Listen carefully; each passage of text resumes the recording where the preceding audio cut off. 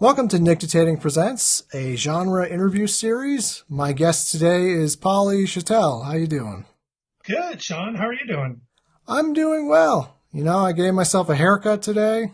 Surprisingly, it doesn't look that terrible. How did you do that? With scissors or knife? With scissors, yeah. Mostly just cutting the split ends. But yeah, no, I'm doing pretty good. So you have a novel out from, is that Trepidatio or Journal Stone? It's Journal Stone. I think Trepidation is more their pure horror, weird fiction imprint. And Journal Stone is more for more. I don't know what you want to call it. Just pure fiction. I think. All right. So the book is called The Occultists, and why don't you tell us a little bit about that? The Occultist is about a kid in the early 1900s who discovers there's a kind of a spiritualist faction in his small southern town, and he learns to find a way to actually become one of them. That's one of his goals. He's in sort of an abusive household, and so he sees joining this spiritualist group as a way to like get away from this abusive situation. And at first, it's wonderful. Life is great. He's enjoying, their secrecy and learning all of their hidden talents and things like that. But then things take a kind of a darker turn about a third of the way in, and it gets really, really dark. And it sort of straddles the line between horror and dark fantasy. And it's also a historical piece being set in the Edwardian age. And for people who don't know the Edwardian age, that's kind of the age of the Titanic. All right. And so it's the age that came after the Victorian age. And so it was a lot of fun just kind of doing a lot of research on what New York City was like in the Edwardian age and what carriages were like and what dresses and men's hats were like at that time. And so it's pretty dense. It's a long book. It's my first novel, so I took a long time with it and put everything I had into it. Did that whole thing, and so evidently people like it. People think it's pretty good, so I'm real pleased with that, and I'm real pleased to be here too. Thanks for having me. Oh yeah, it's no problem, and you should be, proud. I know we artists like to beat ourselves up, but most people don't even get a novel written, let alone a novel that they have published. So pats on the back all around. Well, thanks. Thanks. Yeah, it was hard because, your first novel, and I know you've published, it's hard to know if it's any good or not, and so you work so long on this thing that could be just a piece of shit. Yeah. That's the big fear, I think, with novels is you spend a number of years and then you actually read through and go, oh no. Yeah. Oh my God. Yeah. All of that. And then finally it gets published and you're like, is this a piece of crap or are people actually going to like this thing? And that was a hard time, the first time I'm a filmmaker too. And the first time my film, my film ever showed in front of a live audience, my mom was in the audience and I literally went and sat next to my mommy so I could like be with my mommy while everybody watched my movie.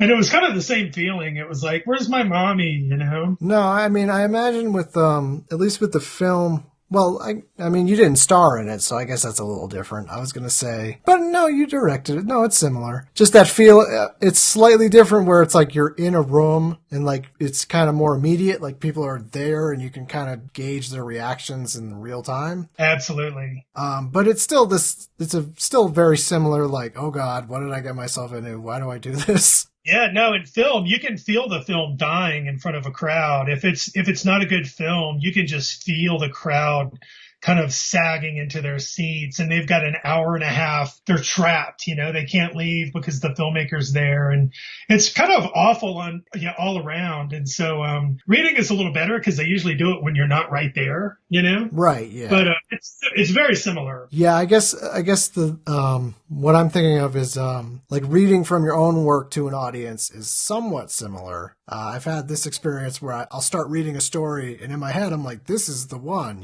like this is the crowd favorite. And then I'll actually start reading and see like faces sort of like drop or stare at their phones. And then you're like doing that mental gymnastics like, well, I mean, people just have no attention span. So is it that or do they hate the story? But yeah, no, I get it.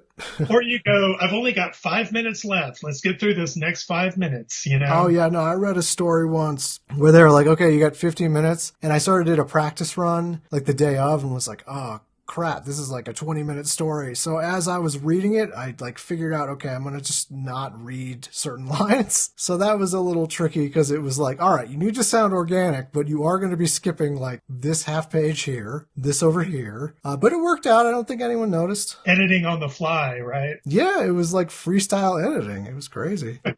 You briefly mentioned this before, but you started as a filmmaker and a screenwriter, correct? Yeah, well, I'll give you the 1 minute synopsis. I was an English major and was actually originally wanted to write novels. All right. But I came of age. I'm a little older. I'm in my 50s. I'm in my early 50s.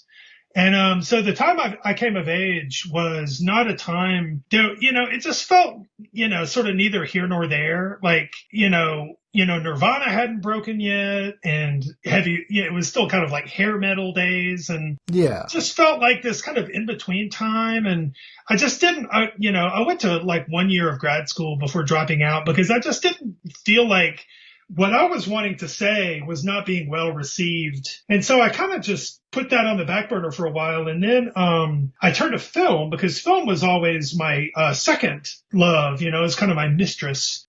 And when the digital revolution happened in like the early 2000s, that sort of allowed me to be a filmmaker. And so I went full bore into film, made a couple of feature films, got really close to getting, major movies produced, $1 million movies produced in Hollywood, and was optioned a couple times.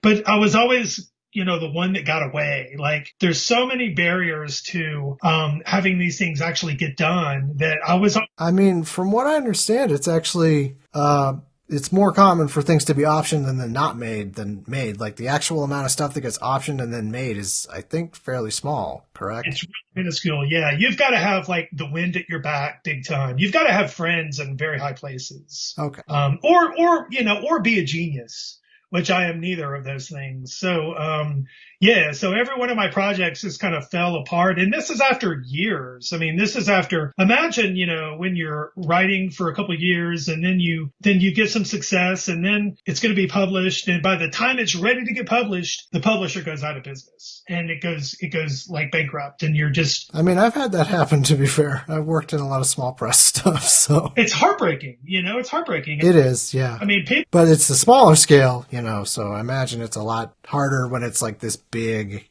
literal production. Yeah. I mean, it was crazy. I mean, they were going to come to where I live in North Carolina and dump like millions of dollars in the local economy and stuff. And, but that never happened. And so I was just like, well, I just really want to tell my stories, and so I went back to my first love, which is writing, and, spent a couple of years on my first novel because, I had to relearn how to write prose. I mean, I was a screenwriter for so long that I had to relearn like, psychological prose and interiority, I mean, screenwriting is so much, he walks through the door, he looks at the young lady, he says this and that. Right, yeah, screenwriting is all about like, all right, this is extraneous, like you don't need the thoughts, you don't need the color of the chair, it's just literally like it's actions. Super basic, but it is good story. You do learn how to be a storyteller with film because you're telling a story. So it was good training in that way, but yeah, the actual words on the page, I had to relearn that. And I know you've done some screenwriting, and you know how that works as well. I mean, I mention it sometimes. I hesitate to call myself a screenwriter because I'm like, well, what does that just mean? You've written screenplays, or does that mean like you've actually sold them? Like, what constitutes a screenwriter? I think, if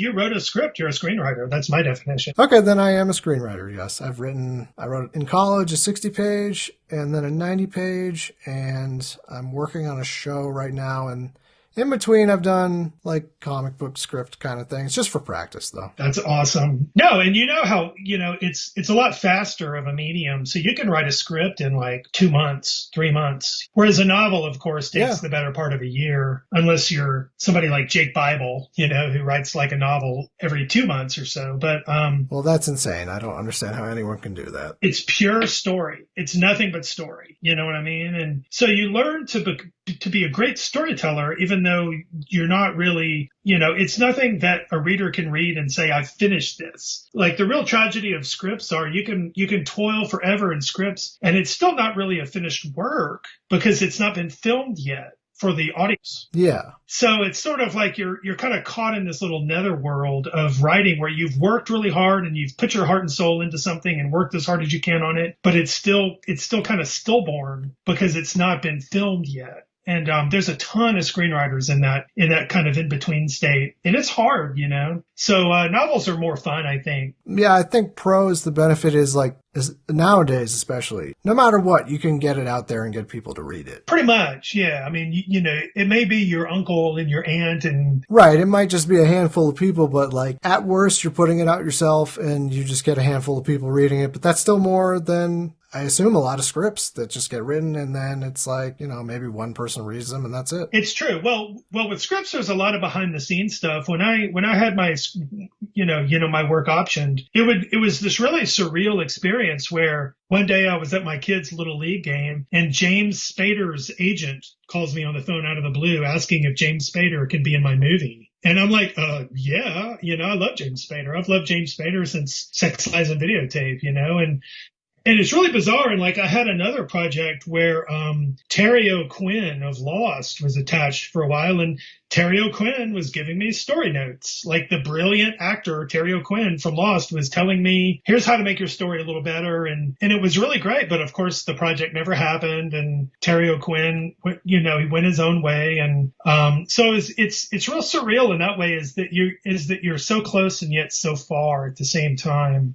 It's pretty brutal because it's like an emotional roller coaster. One minute you're hot, the next minute you're not. You've got people calling you. The next minute you can't get people to answer the phone. And eventually, pardon my French, but I just said, fuck all that. I'm done with that. I'm sick of it. I mean, you're braver than I am because I was in college and I wrote these 2 scripts and I was like, okay, I could try to be a screenwriter. But for whatever reason, I was like, I just don't think I have it in me right now. Like, I'd rather just go to the prose and kind of focus on that for a while. I think you made the right choice. It's a brutal world. I mean, I know it's like, you know, people talk about how hard it is writing and publishing in prose, which it is, obviously. I'm not trying to downplay that, but it's just, brutal is the word. It seems a lot more brutal because it's just so much quicker with like film and television. And there's so much behind the scenes stuff and there's so much money being exchanged that it's like, you know, it isn't personal, but it probably feels personal. Well, you know what? You're right. That's exactly right. I mean, it's not personal, but it's emotionally brutal. You know, that roller coaster can really wear you out. And so many screenwriters are out in LA. They're living in their car, you know, and they're one sale away from that big dream. You know, it's like all they need is one really high profile sale and they're in. But it's so hard. But that's got to be thousands of people in LA. Absolutely. Though. Yeah. I mean, it's almost like I had a filmmaker, really smart filmmaker one time tell me that imagine the film industry is really like a net built to keep you out. And only the fish that can wiggle their way in through the net are the ones allowed in. And I totally agreed with that guy. I mean, it's really built to keep you out and you have to figure out a way to get in on your own. And a lot of times that's like nepotism. I mean, you'll see, you know, some studio executive's kid or somebody who was born into the business. There's a lot of privilege in LA, like in terms of trust funds, kids who can afford to, you know, spend 5 years of their lives writing full time. And of course, there's a lot of hardworking people out there too. I don't mean to just say everybody's spoiled, but it's definitely like a playground for the well-to-do, you know. And so, you know, writing prose suits me better because we're all just schmucks working for a living, you know, in books, you know, and it's like, it's kind of. Yeah, I know. It's pretty funny because it's like even the big, even the higher profile, like, you know, like Paul Tremblay's still a math teacher. Like I remind myself of that when I'm like, oh, I'm not making any enough money at this or whatever. And it's like, no one is. I mean, like, is he really still a math even the big guys are still doing a full-time job. That's nuts. Well, you know, at that point, it's about the work, you know, it's about doing the good work, which is admirable. You know, you do this stuff because we kind of can't not do it. You know what I mean? No, I know. It's not about getting rich. It's not about getting famous. Oh, it is not. No. It's about telling a good fucking story, you know, at the end of the day. And so I'm so pleased to be here. I just feel really lucky to be with those guys at Journalstone. I mean, Scarlet Algae just, you know, picked me out of nowhere. I mean, I was in the slush pile for real. I had no contacts. I knew no one in the industry. When it came time to actually blurb my book, I had to put out on Facebook. I said, said, I know nobody in the industry. Can somebody blurb my book?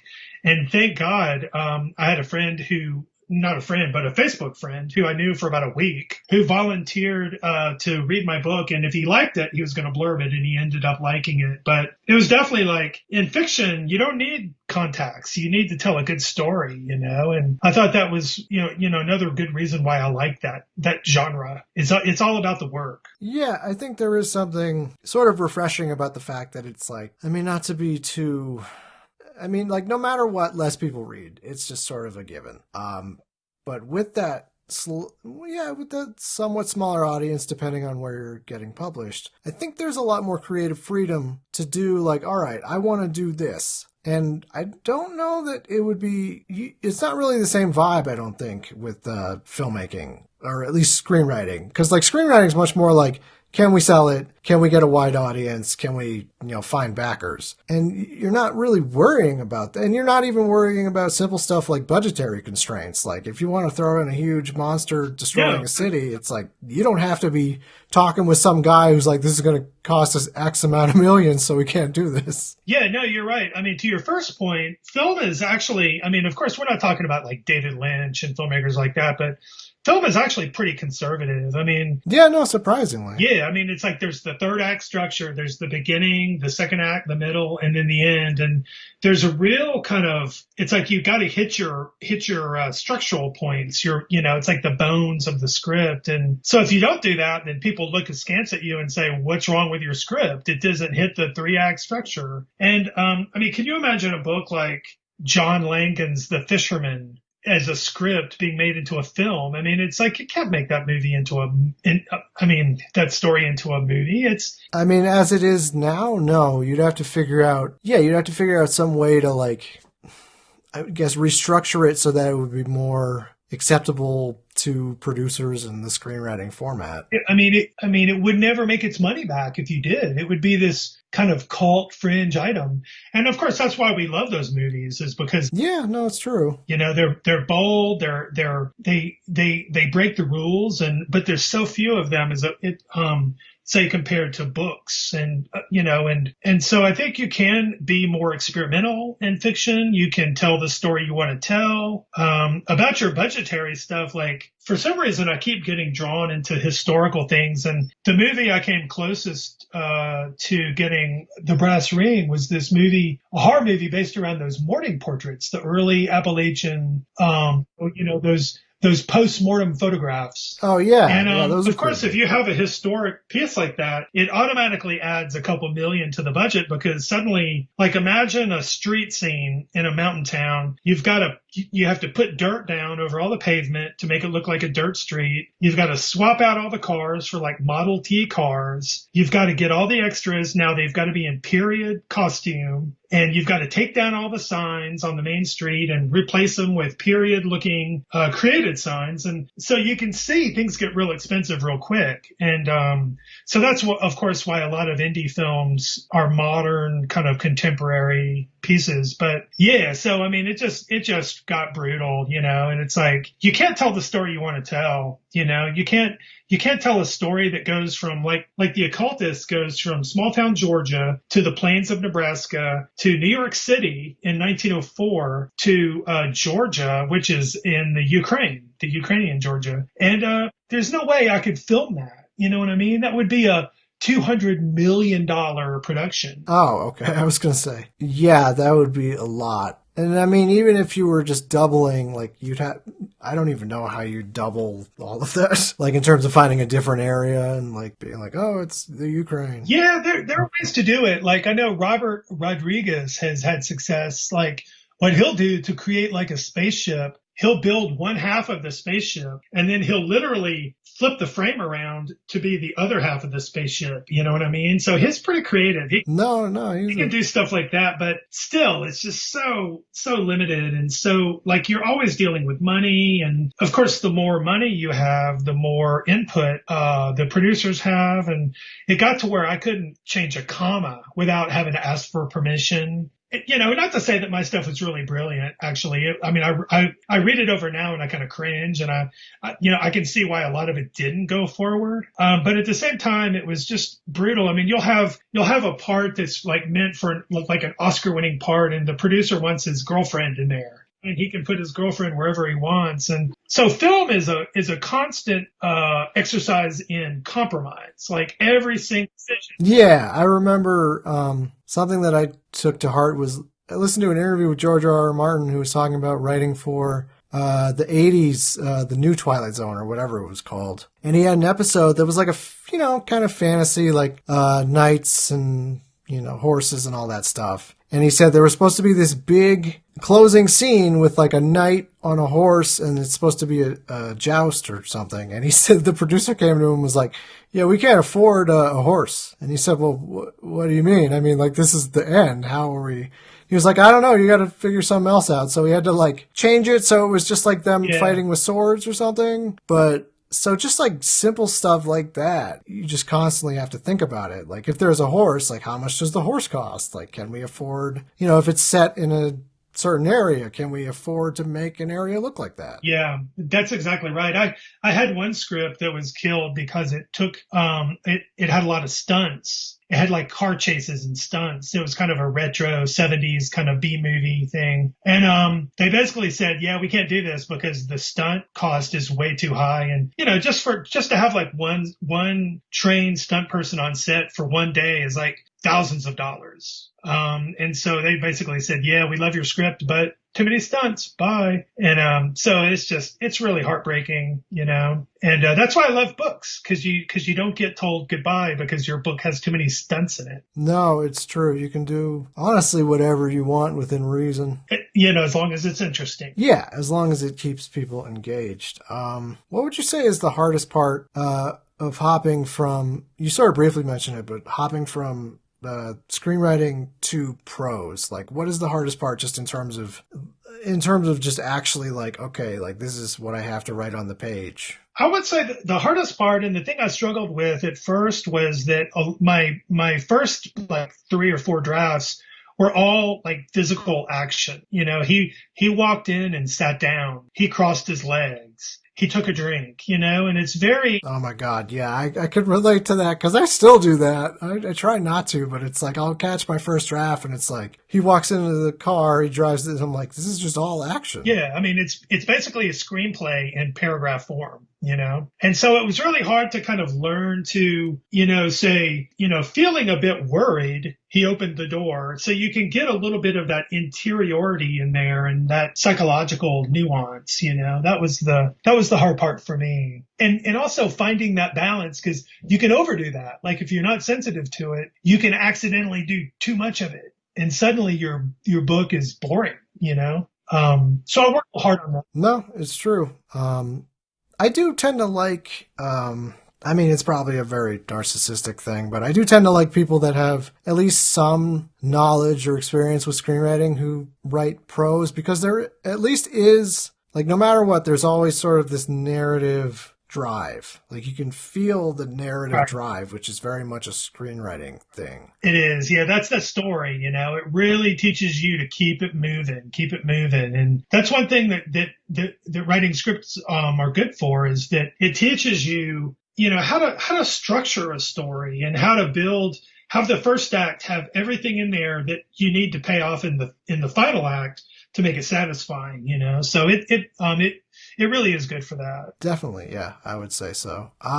So I was going to ask you, Sean, that for the people listening, Sean and I have talked a little bit about this privately on social media. Well, I saw you had posted about how the Occultist started as I want to say you said it was a show, or, just like in terms of how it was originally written, and then you decided to make it into a novel. And I was like, I don't know as many people that, have come from the screenwriting background. And I always want to talk with people about that stuff. You go backwards. Instead of going from books to movies, it's movies to books. But one of the things that you said, Sean, that really struck with me was when we were talking privately, was that a lot of times your first drafts will almost read like scripts. And only after that, when you start to fill in the details and you fill in things, that it really becomes a paragraph prose kind of thing, but in their original form, and they're just getting the ideas on the page, they're not unlike reading a script. And I think that's really useful for like new writers, like, because, you know, you read somebody like Flannery O'Connor or something, you're like, how the hell do I do this? But everybody. Right. You're like, this isn't possible. How would I do this? No, I mean,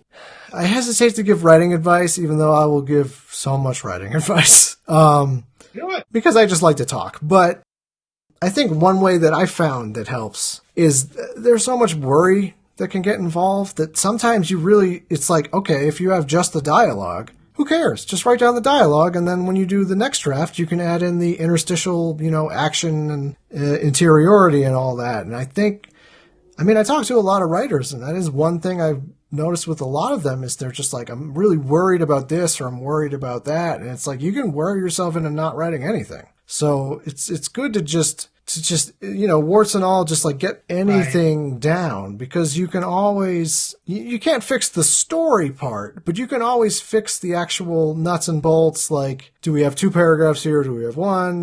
Like have dialogue here? Like you can always sort of work at that and turn it into a novel. Whereas you can't turn nothing into something. That's right. As long as you're solid. Right, yeah.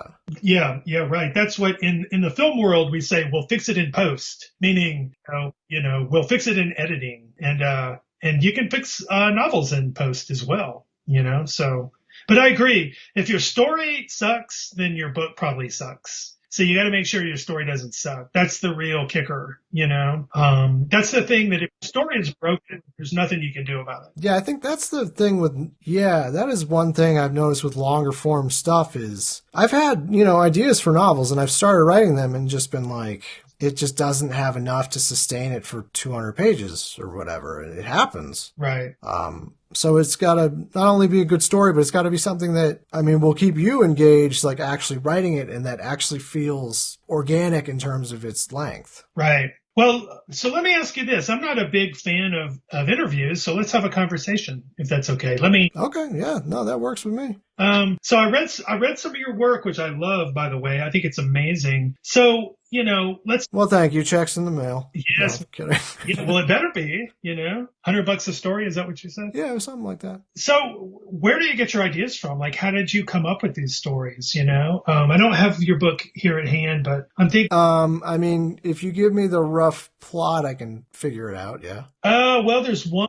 Goodness, there's so many.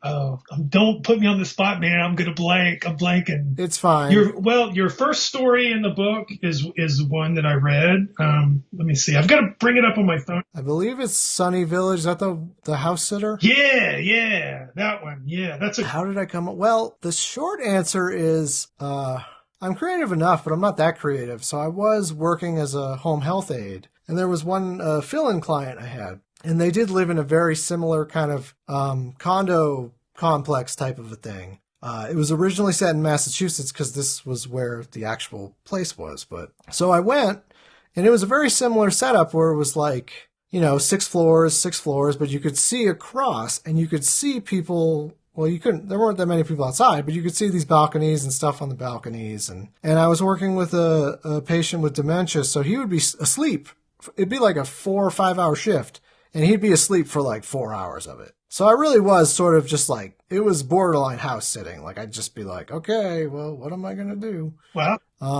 But there was a creepy element to just being like sort of feeling like you're in someone's condo who isn't there. And you're just sort of like, well, what would happen if I saw something weird across like the way? Would I mention it to someone? Who would I mention it to? So that was sort of how it started. But then it morphed into kind of this violent sort of thing, this supernaturally violent almost, with blood. Yeah, I guess in a way I wanted to write about witches, but I didn't want it to be overt. And I guess at some point, doing the second, I decided to do second person because I like the immediacy of it. And it's like, it's you, it's not me.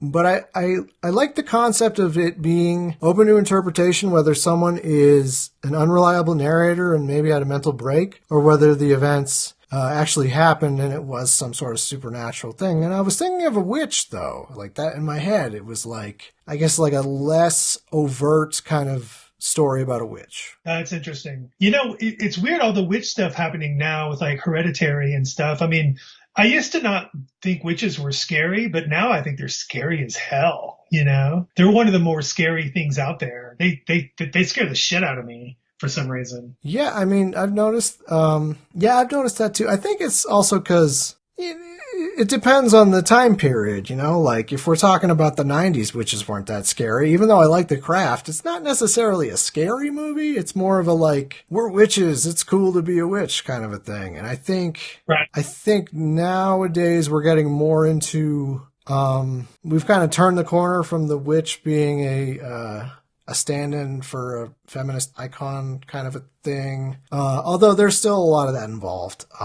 But we're at the point where I think we've turned it around and been like, well, like the witch as just a witch, you know, like instead of the witch as a story of female empowerment, though you'll still get that.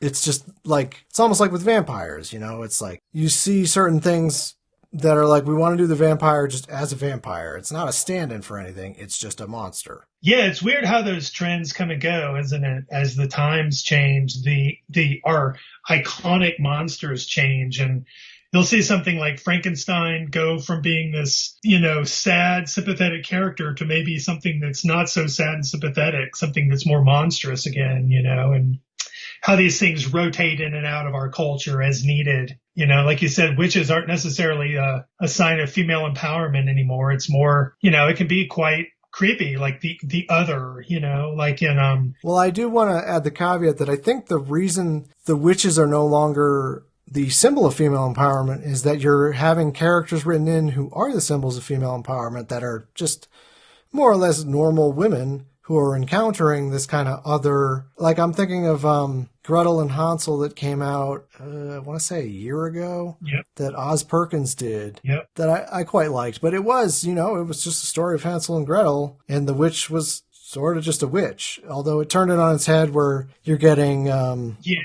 Gretel's Gretel's POV basically instead of it's split. Right. Yeah. I mean, it's almost like we don't need those icons anymore. You know, at least right now, at least that one icon. Let me clarify that one icon. Yeah, I think the other thing too is, I mean, I don't want to get highfalutin or anything, but in terms of entertainment now, there's a lot of cross-pollination. I think even 10 years ago, you know, there was a little more delineation, whereas nowadays, like the same people will watch a fantasy show, a horror show, period film, a romantic, you know, it's like people will kind of, and part of this I think is streaming, but you know, people will watch just all sorts of stuff. And then you also can get into kind of cross-pollination where it's like, okay, well, people like Game of Thrones and then people like, I don't know, romance stories. So what if it's like kind of a romantic Game of Thrones? Or what if it's a sci-fi story, but it's got fantasy elements? Or, you know, so you're seeing all these kind of things that in the past I think would have been more separated, kind of just being, people are attempting to put them together in a way that feels natural. Right. Yeah, no, it's great. I mean, we're now in a golden age of television, of course. And so Yeah, and it's funny how that, I remember being, I'm 36, so I'm a little younger than you, but I do remember, you know, being like 12 years old and like really loving the X-Files, but being like, there's not a lot of television that I really like because it's a lot of very formulaic, like, you know, you have like 12,000 things that are sort of like Mad About You or whatever. But yeah, nowadays it's like it's turned the corner from, you know, back in the day, it'd be the talent would want to go into film. And now the same talent wants to go into television because that's where the dynamic stuff is happening. Yeah, for sure. I mean, storytelling is definitely on TV right now. And that's part of the problem I got caught up in too, for just, you know, speaking back to my film career is I was always trying to make indie film, you know, and Yeah. and I kind of missed the TV revolution. I was still caught up in this model of making an hour and a half film that just was nuts and really great and smart and violent and something you've never seen before.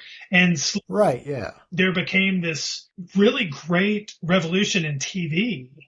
And so a lot of the TV writers who had been on staff in these writing rooms were now writing these amazing stories on TV. And so that's kind of where a lot of the creativity went to. But yeah, I mean, back when I came of age, TV was like the Cosby Show and shit like that. You know, Yeah, yeah. it was horrible. So yeah, so I missed that whole like TV revolution until actually not too long ago. And now of course I'm sold. I love my programs, and I'm so happy. I even have some friends who work in those writing rooms, and I'm so proud of them. But it's weird when these shows, there's just more and more and more of them, and there's so many shows now that you almost can't keep up with them.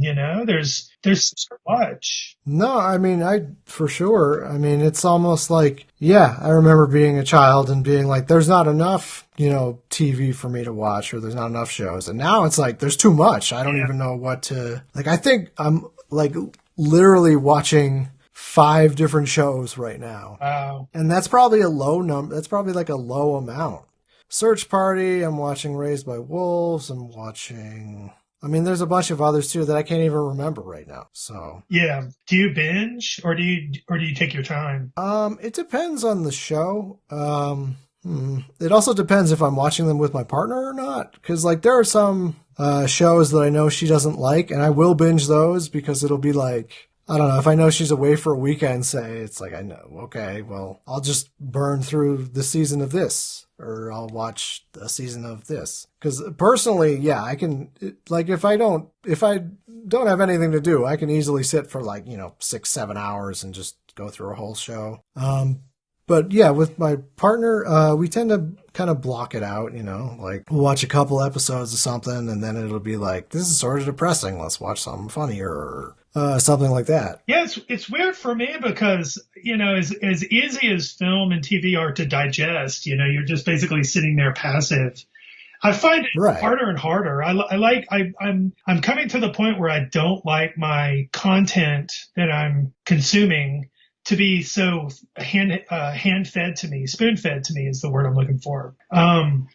So that's why I really have gravitated more to books on that level too, because I'm really enjoying like my imagination being the driving engine rather than some TV show that I can just passively stare at for 4 hours, Yeah, admittedly, there's also, I hate to admit this, but I'm like everyone else. Like sometimes I'm like, I sort of care about this show, but it's like I got my phone and I want to check, I don't know, my bank balance or my email, so it's sort of that thing where I'm like half paying attention, but not to sound pretentious, but it's also like I do have a screenwriting background, so I know when it's like, okay, there's going to be 10 minutes of like a kitchen scene because they just sort of have to fill the time. So right, yeah, it's weird, It does lend itself to that sort of multitasking where you're one hand's on your phone and one eye's on the TV, and you're talking to your wife in the other room at the same time. And of course, at that point, you lose a lot of nuance, and that's what books are so good at is you can. Yeah, as I'm not illiterate, but as hard, it's going from all of this noise to just like, okay, a book. It takes a little bit for me to get back into it, like just in terms of like, all right, just this. It's hard too, because the way these phones and the TV and the news hitting us at all times, social media, our brains are being retrained to need that. Yeah, they're getting reprogrammed. It's funny though, because I do have ADHD, and I was diagnosed with it when I was, like 12 or 13. But it's funny now because I look around and I'm like, does everyone have ADHD now? Is ADHD even a real thing? Like, was I just ahead of the curve? I don't know. It feels like it. It's hard to concentrate on these books for more than an hour, 2 hours at a time. So it's definitely hard. But I'm really making sure I do that. I also do a lot of audiobooks. I was going to say, I really like audiobooks because it's like a nice, balance between, okay, I can still maybe do the dishes or do some other, exercise, but it's still, I'm like primarily engaged in the narrative. Yeah. And your imagination is working. That's the important part. It's like, I'm reading some old Clark Ashton Smith stories now, and I guarantee you that the garden in the Clark Ashton Smith story is, in my head, is very different from the garden in your head. And that's the beauty of fiction, is we are co-creating this world that we're imagining. And so that's why I like fiction so much, is that it does ask you to call upon your own powers of imagination. And you're not just such a passive observer. You're actually one of the creators of the situation, and so I really love that. And I like movies too. I mean, I'll watch something an hour a night or something, but I don't have time to binge. I mean, the idea of sitting down on a couch for 4 hours sounds really rough to me, honestly. I mean, I wish I was like that. I'm so the other way. I don't know if it's just learned experience because, I moved around a lot when I was younger. So there were times when I was sort of like, so I don't have friends right now. So what's on the TV?